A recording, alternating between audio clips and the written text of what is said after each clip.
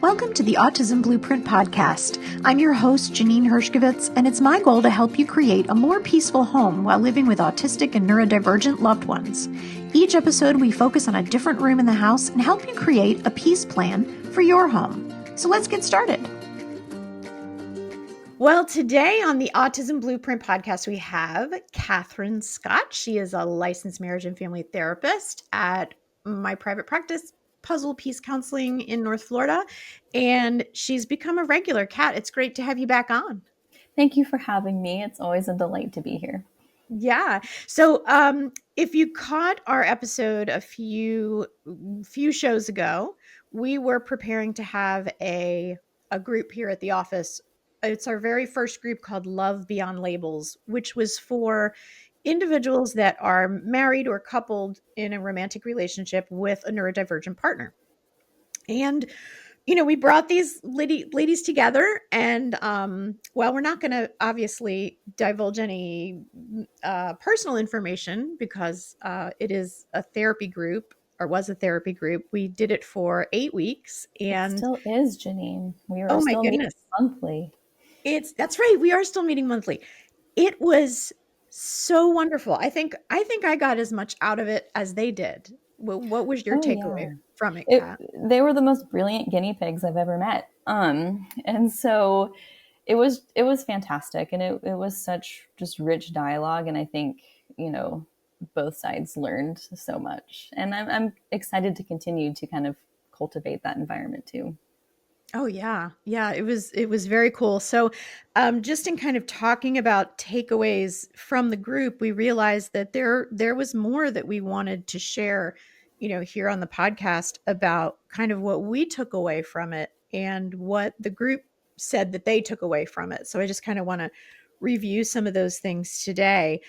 Kat, what was one of the things that really stuck out to you as far as what the ladies learned? I really think just the amazing power of community and validation. Thematically, I noticed that a lot of, the partners that were with us were very used to talking themselves out of their own experiences.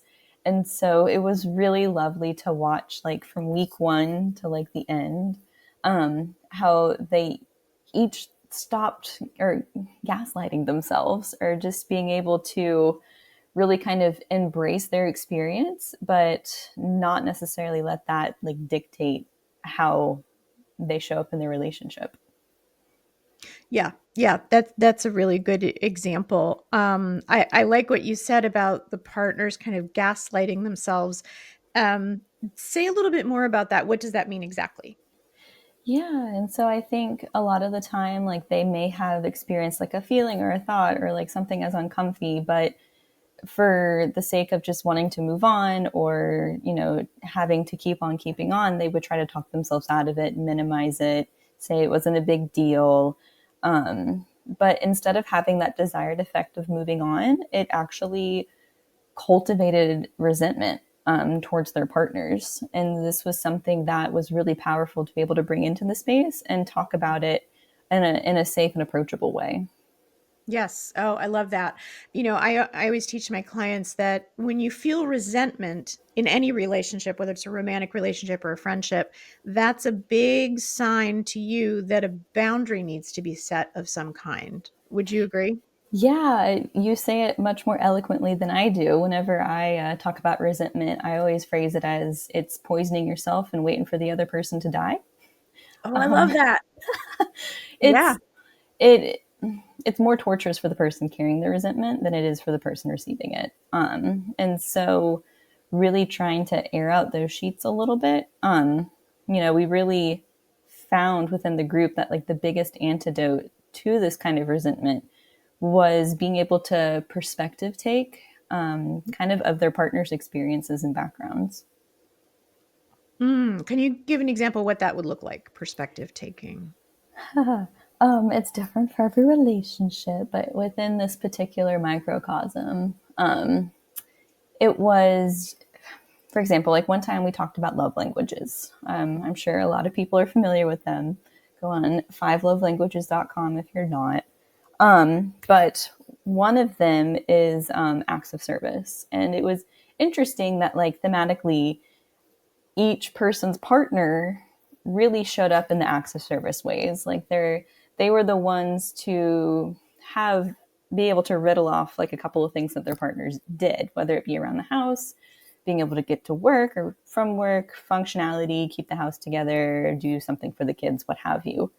But each lady had a different craving for a love language. A lot of it was revolving around emotional intimacy or even just physical intimacy, words of affirmation, and all of the acts of service fell so short in the ways of the things that they were craving. And so, it was powerful to be able to take that circumstance of being able to say, well, like, let's talk about it. Like, what were love languages like for your partners, growing up? And, there were a lot of themes shared of, boys don't cry. He really missed the mark a lot. His parent really punished him or just was emotionally distant. And so each partner was able to kind of have retrospective, like, oh, wow, every time they tried a different love language out, they got punished, they failed, or they were isolated. So Mm. acts of service is actually one of the more safer love languages for those with neurodiversity or autism because it is so concrete, and the input and the output are a lot more just simple than maybe like trying to figure out how to do emotional intimacy. Yeah, yeah, because it's such a large category, emotional intimacy, and Mm-hmm. when one of these women would desire that from their partner and say, "I need emotional intimacy," the neurodivergent partner really didn't know what that meant. No clue. Or if they had an inclination or a desire to try, their past kind of crippled them from that because they got such negative feedback whenever they did try in the past. Yes, which kind of dovetails into what we see in our office a lot, with adults on the autism spectrum in particular, is just the level of post-traumatic stress Mm-hmm. symptoms that they have, and just that alone, without being neurodivergent or autistic, having those symptoms can really. We did that at the same time. I'm sorry, I had to I point mean, that we're connected. What are you gonna do? out. Sorry, keep going. It was magic. um, it's difficult to You're killing me. It's difficult to Navigate past those traumas. thank you, navigate past those traumas. There it is. Yes, because when we have post traumatic stress, it just takes up space in our bodies and Mm-hmm. it makes our bodies and our brains do things that we don't want it to. You, you'll shut down, Yeah.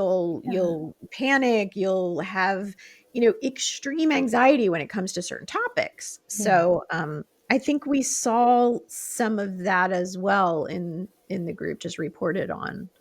Absolutely. And, it was a really good shake to the snow globe to be able to have these partners kind of look at their neurodivergent partner through like a different lens because, you know, when we focus on what's lacking, we ask like what happens and we really self-sabotage ourselves for connection or Mm. opportunities for connection. And so like whenever we focus, and it doesn't even have to be just, neurodivergent couples, but whenever we focus on our partner's weaknesses, we have a tendency to write off what they're actually doing and what they're trying, and we see them through a very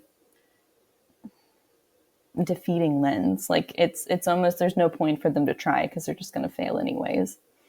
Mm, yes, right. So, if you think about kind of that child, like we can't really talk about relationships without considering childhood, like you were saying Mm-hmm. before.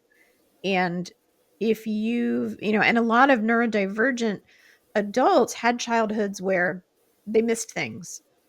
They didn't always Sure. get the joke. They didn't always understand what people were talking about or intimating, Yeah, and it's not right? like inclusivity was on the top of their environment's lists. So Right.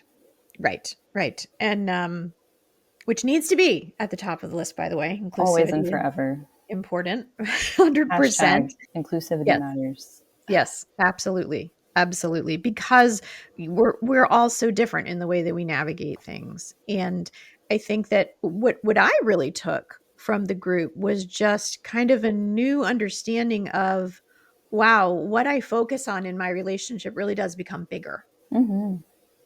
So Absolutely. like It you colors said. the tint of the glasses that you're wearing. It's funny. Like whenever we get into a relationship, we wear rose-colored glasses. It's we see all the positives, we feel all the butterflies. Like we our partners really can do no wrong because their rights outweigh it. But uh, at one point or another, the humanness of our partner catches up to them, Mm, and we see the imperfections, and they see the imperfections in us. It goes both ways, but I think that's the major task of a long term relationship, and being able to hold space for both, but also to evolve with our partners and the humanness that they bring. yes. Yes, 100%. I think that with those childhood experiences, not only does it shape how they respond, but they generally like a partner that's had a childhood where they were told all the time that they're missing the mark or they're not paying attention, or Mm-hmm. I hear these stories all the time from people that say, the teacher always misunderstood, or my friends misunderstood, or um and that while it breaks my heart, we have to, as that person's partner, consider that piece, because Absolutely. we could really be triggering their stuff without realizing it.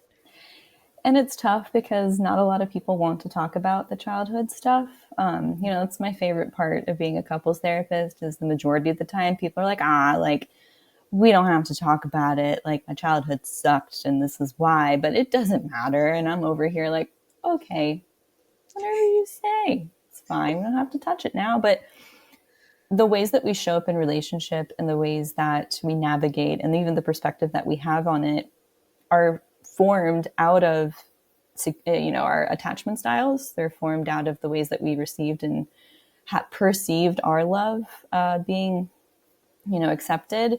And there's just so many components of it that became so ingrained in us and subconscious that like when we show up in relationship with our romantic partner, all that stuff kind of comes to the surface.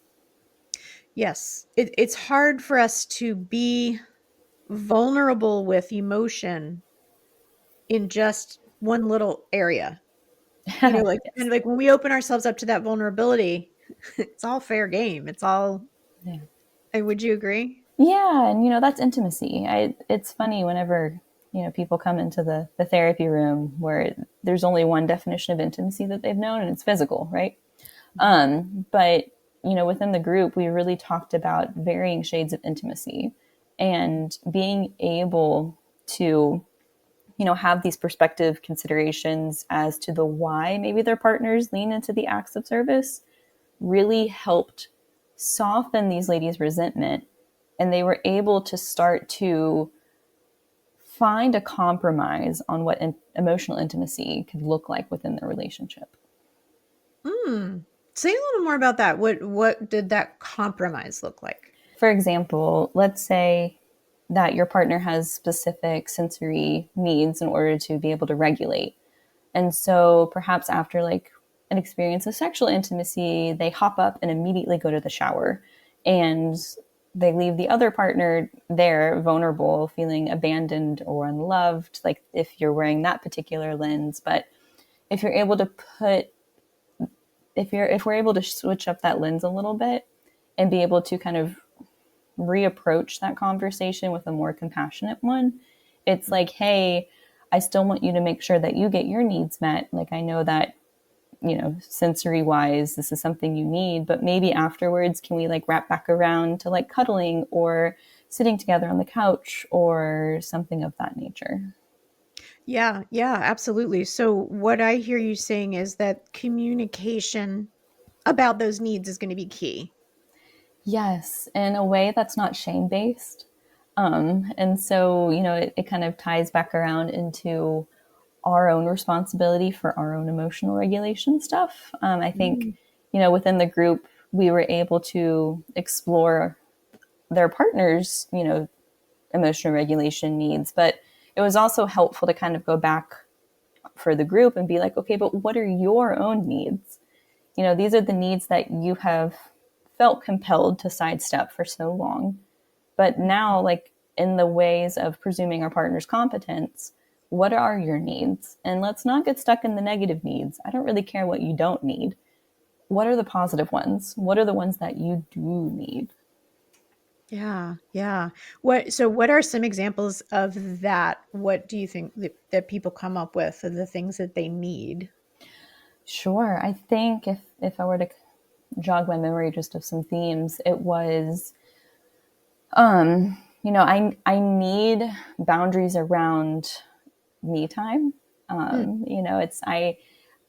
I think our neurodivergent partners, their me time is so much more stringent and structured, where with neurotypical folks, maybe their me time is a little bit more fluid, has a little bit more wiggle room. Mhm. But being able to kind of reapproach that of taking the wiggle room out of your narrative, because wiggle room isn't something that is super comfy for people with neurodivergent brains. And so just being able to be like, hey, you know what, I absolutely recognize that this is your need. You really need 2 hours every night playing that particular Roblox game because that just makes your brain feel so good to go to bed. And I love that. How about like every other Saturday, you're able to watch the kiddos while I go get coffee with my mom? Can we put it on the calendar so that everybody's aware of it? Yeah, yeah, and I can't see anybody giving you pushback about something like that. And if they do, and that's something that we talked a lot about too, of like, what if they have an emotional reaction to that? Mhm. Um, it's working on different techniques as far as like the sandwich method and leaning into appreciation and not jumping in the toilet bowl with their reaction. It's change is scary. Change is even just super uncomfy within a neurodivergent couple. And so, really, just exuding their appreciation with sitting with the discomfort of change. Well, what if on that Saturday, like I'm just not in the mental headspace to watch the kids? You know what? I really Absolutely. appreciate your preparedness. I really appreciate what you're going to do to be able to get into that headspace. And if that headspace is inaccessible to you that day, we will tackle it. So it sounds like you're talking about flexibility. Yes. In a more concrete way. Mhm. Yeah, I think it's unfair when people say that those on the spectrum are not flexible enough. I my answer to that is, well, have you given that person enough information so that they can be flexible? And two, I think inflexibility can come across so harsh because it's kind of like asking somebody to step into a world that they don't know yet. Mhm. It's with those with autism, they're able to remember the past and they're able to be present, but the concept of the future is so gray and fuzzy because they haven't experienced it yet.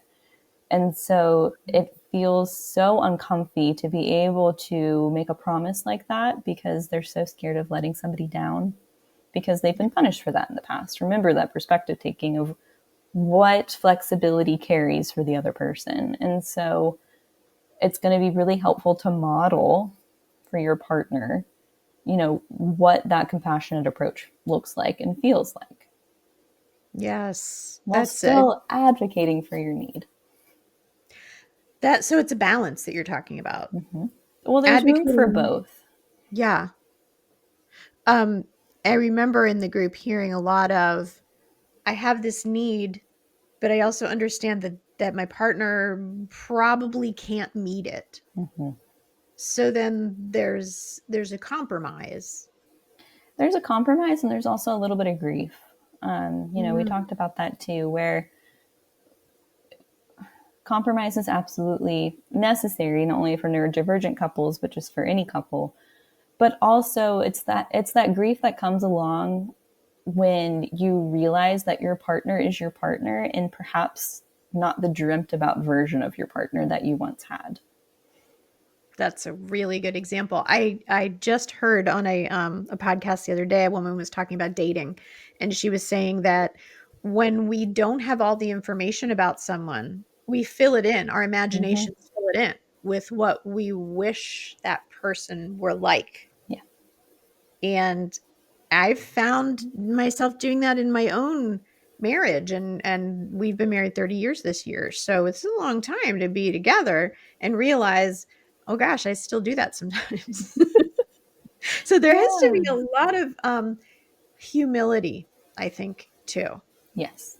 A lot of humility and a lot of recognition of the power struggle that might come with that as well. Whenever life is coming at us like a freaking fire hose right now, Yes. and it's really hard to navigate, right? And so it's really scary to feel like you don't know what you're doing. Mhm. And so that brings about a lot of defensiveness, which can bring about power struggles. And so, really being able to catch yourself if you're leaning into your armor, if you've Mm. got your shield up, if you got your sword out, if you're a little picky, if you're quick to answer or quick to retort, just kind of do that check in, because that quickness is kind of like fighting fire with fire. It's Mhm. just going to continue to escalate. And something that we did talk about too is it's within a neurodivergent couple, it is a level of responsibility that the neurotypical partner carries to be able to model communication that you crave. You know, Mm. our partners aren't going to necessarily go out and read all the self-help books. Like, they're going to rely on the evidence that they've learned over time. And so being able to kind of recognize that responsibility that you carry within yourself, and also speak to them and act with them in the ways that you crave to be spoken to or act with. Yeah. Yeah. That makes a lot of sense. And that's not easy to do. It's not easy to model what you want your partner to do when your needs aren't being met. And that's So the magic of repair attempts. And so, nobody's perfect. yeah. Nobody's expecting anybody to be perfect. I mean, my goodness, like, this sounds really terrible, but like, whenever my husband like trips or stubs his toe or does something klutzy, like, I giggle so hard because I'm like, oh my God, you're human too. This is great. Um, and so it's the ability to wrap back around and be like, you know what? I didn't like how that felt. Can we try again? Mm. I love that. I love that. And I think that what just occurred to me when you said that was using a script Mm-hmm. is, which we use scripts all the time in life. Even neurotypical people Heck will yeah. use scripts. So we can definitely have things that we say. Um, I've now, when my husband and I are having a discussion, I've taken one of the things that you say all the time, Kat, and I'm like, okay, hold on, pause. Mm-hmm. Rather than be quiet, shut up, I have something to say. I'll Right. just, I'll just, hey, Throw pause for up a that second. timeout sign. Yeah, hang on. And then, and just having a sign, a visual sign of some kind. And these are things that if you know as a couple, that if you get into the weeds, somebody has to recognize it and say, we got to get out of here. Yeah, sometimes they'll be like, "Whoa, you're smelling those flowers. You want to come back up for a minute?" Right. Um, we all can Yeah. get lost in the weeds, especially when our heart rates are above 100 beats per minute. If both partners are dysregulated, you're not accessing that prefrontal logic cortex that you crave. Yes. Which means that sometimes a discussion might take 3 or 4 or more times Yeah, to talk about something that's really heavy. absolutely allow for regulation, and don't utilize it within like a scapegoat way, or like okay, I'm going to time out and run away. Mm. No, like, take a breath and be able to kind of wrap back in and be like, okay, let's hop back into this, which is difficult because emotions are sometimes edgy and raw, and it takes practice. Yes, and the thing I hear often from neurotypical partners is, "But if I say we'll talk about this later because you've had enough, um, when are we gonna talk about it again? You're not gonna bring it up. I'm We'll gonna have talk to about bring it it in up." 16 minutes and 37 seconds. Are you ready? Set, go. So you're saying schedule it. It depends on the couple. Mhm. It depends on the autistic person's perception on timers and things. Sometimes that's helpful, sometimes that's kryptonite. Yeah. Find whatever tempo works for you. And I think that was something great that we were able to talk about within group, as far as like whatever feels good to you guys both as a couple. That's great. Don't Yeah. compare it. Your normal and another person's normal are going to look so different. But Oh, yes. being able to have community is so vital, because I feel like all of the people within this group just had these amazing connections regardless of where they came from in life. And just being able to have like a platform where they're able to be like, okay, this happened and I had this thought. Is this okay? Or like, am I a terrible person? Or like, what do I do with this? Like, just being able to let it hit air Mm. gave them so much more room to be able to have for their partner and themselves. Yes, 100%. I mean, this was such a fun group. We had 5 women, all differing backgrounds. And I mean, they couldn't have been more different from each other in so many ways. And their partners were different. And yet they had this shared experience Mm-hmm. that they could talk about and connect on, that wasn't about throwing their partner under the bus. It was about Mm-mm. making themselves better. Yeah.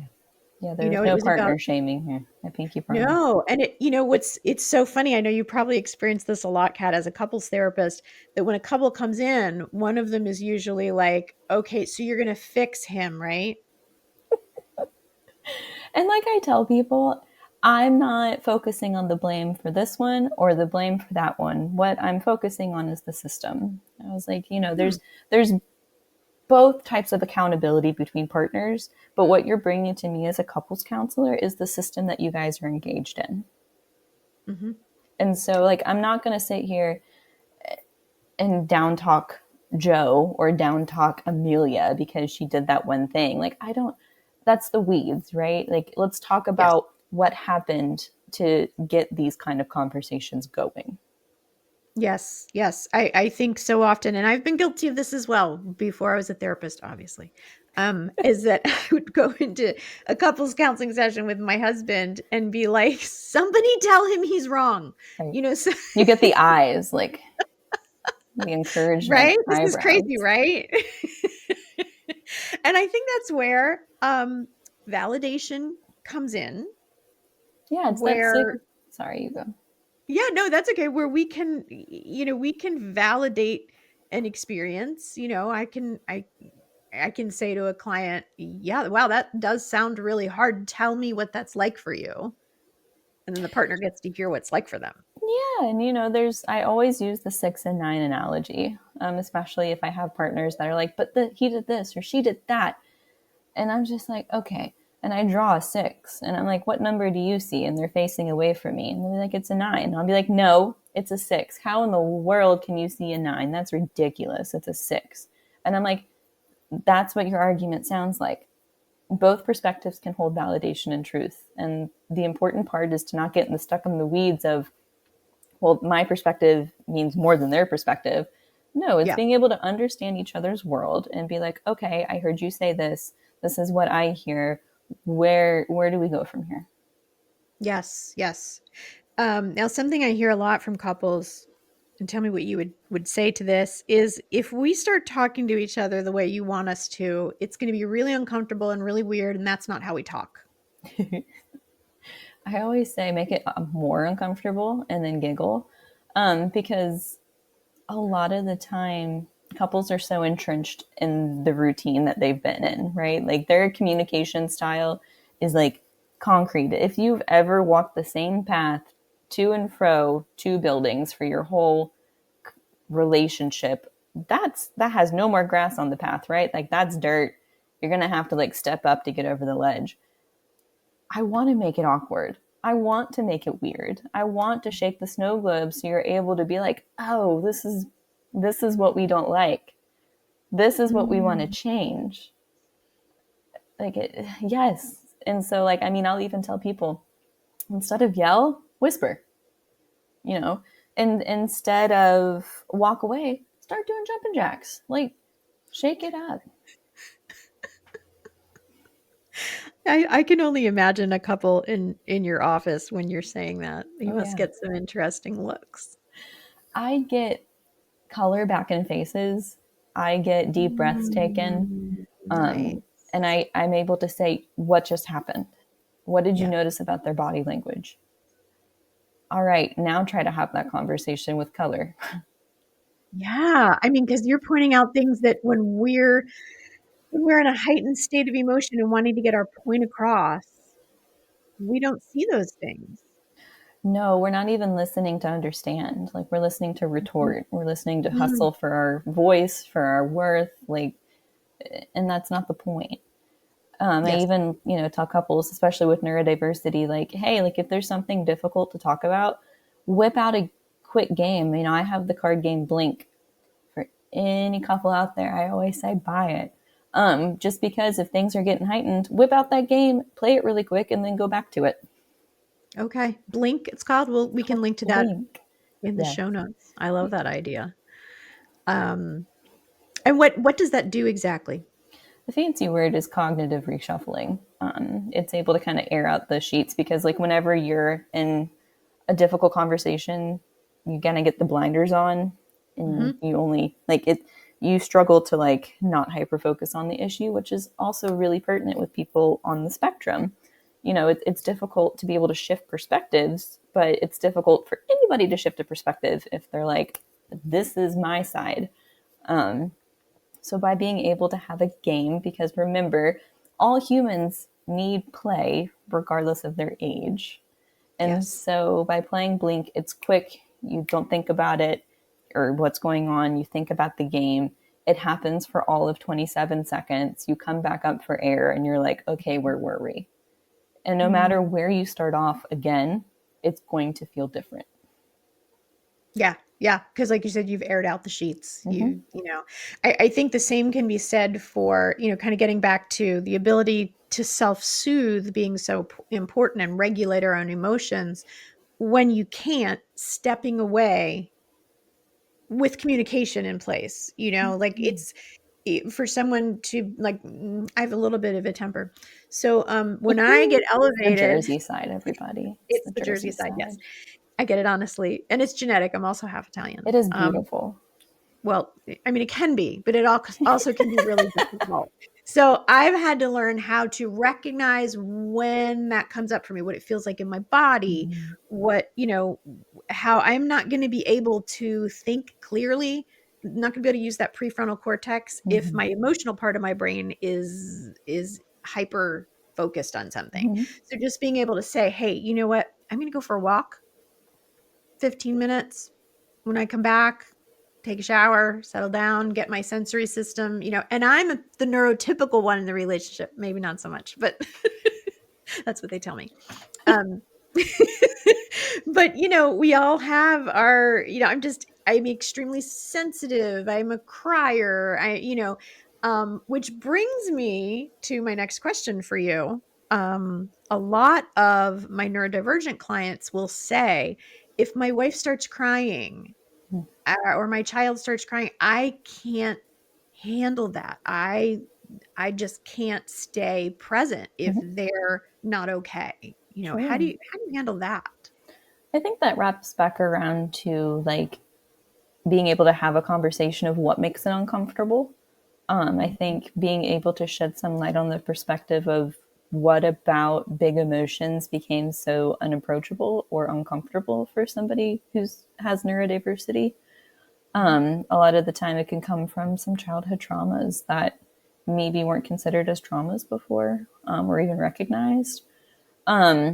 But also, people with neurodiversity feel very big and feel very deeply. Like, I don't really understand where the myth came from of people on the autism spectrum don't feel, they're robotic. But if anything, that's more of a coping mechanism because they feel so deeply. And so, big feelings are inherently uncomfortable because they feel so out of control and they feel like something dangerous is coming behind them.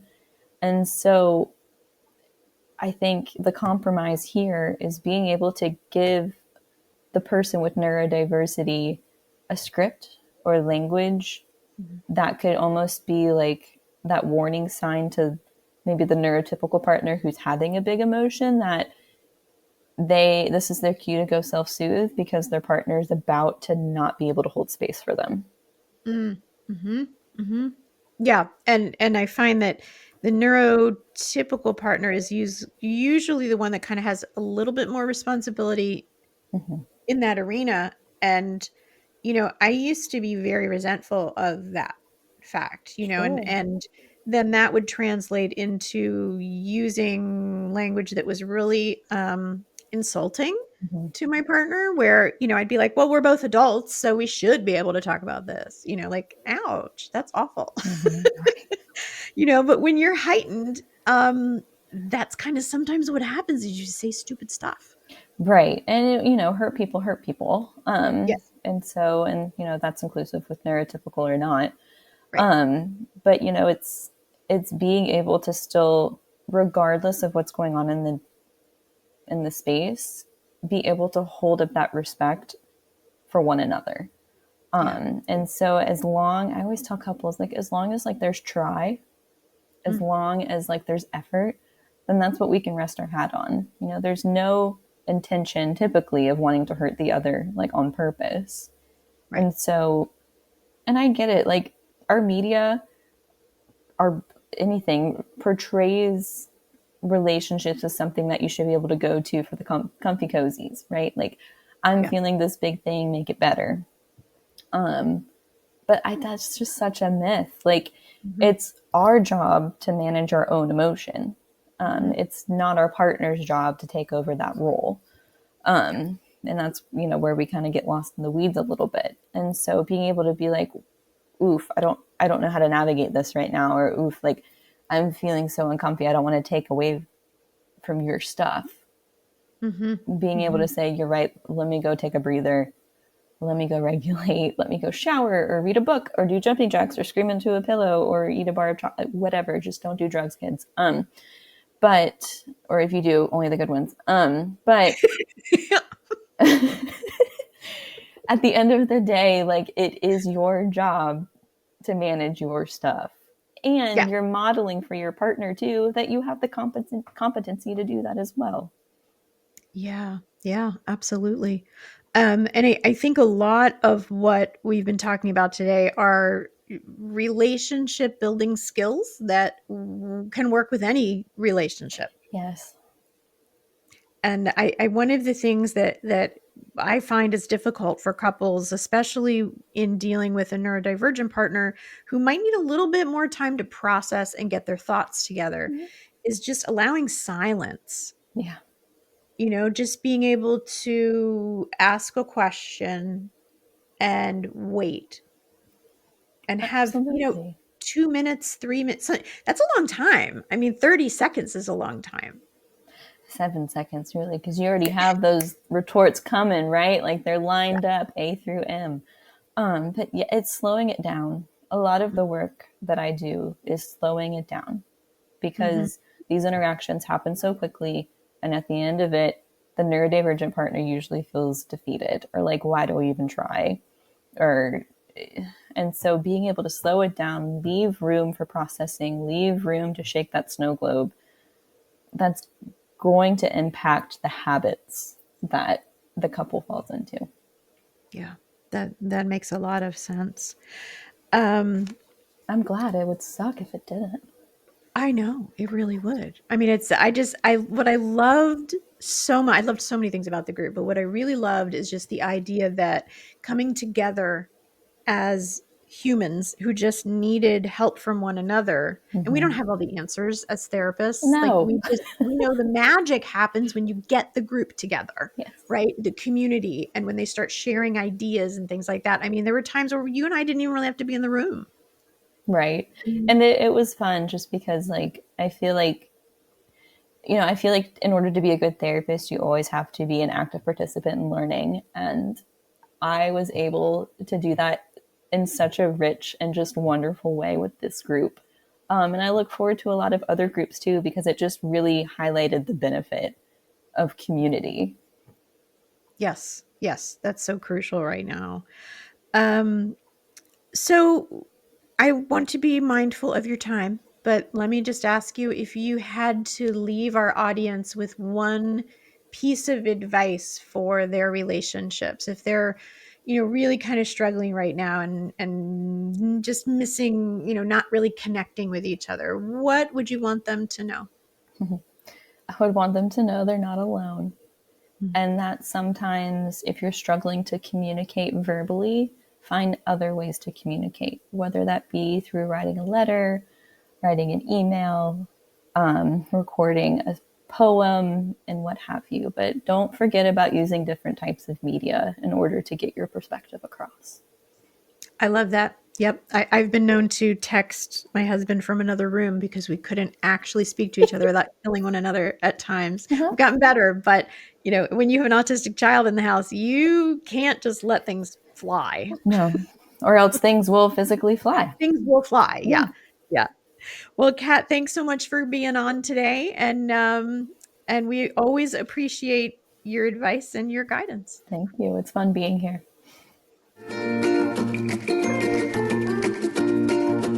The information in this podcast is not intended to be a substitute for help from a licensed mental health professional.